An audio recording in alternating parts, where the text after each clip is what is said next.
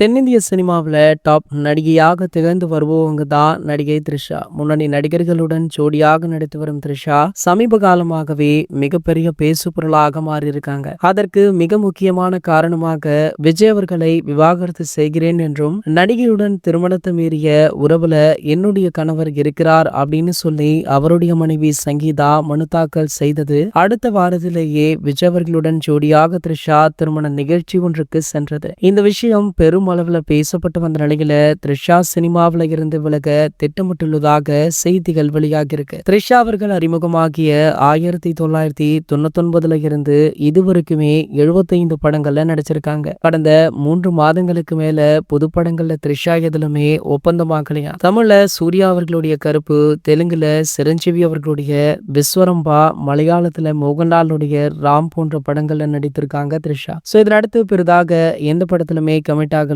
மேலும் பாத்தீங்கன்னா தமிழக வெற்றி கழகத்துல த்ரிஷா இணைய உள்ளாங்க அப்படின்ற செய்தியுமே சோசியல் மீடியாக்கள்ல படு வைரலுமே ஆகிட்டு இருக்கு. இந்த செய்தி கிட்டத்தட்ட உண்மைதான் அப்படின்ற போல தற்போது தகவலுமே வெளியாகி இருக்கு. இதனை உறுதிப்படுத்தும் விதமாக த்ரிஷா பத்திரிகையாளர்களை சந்திக்க இருக்காங்களா.